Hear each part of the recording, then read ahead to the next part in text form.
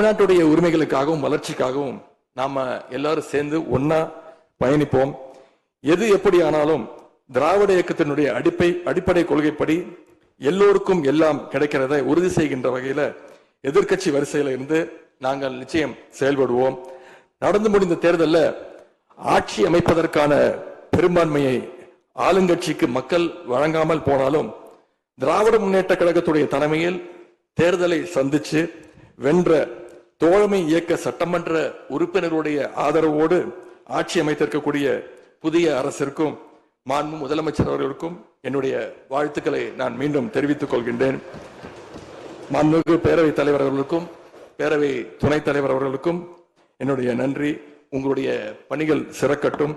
மீண்டும் என்னுடைய வாழ்த்துக்களை தெரிவித்துக் கொள்கிறேன். நன்றி, வணக்கம். வெல்க தமிழ், வாழ்க தமிழ்நாடு. மக்களை பிரிக்கும் சனாதானம் நிச்சயம் ஒழிக்கப்பட வேண்டும். நன்றி, வணக்கம்.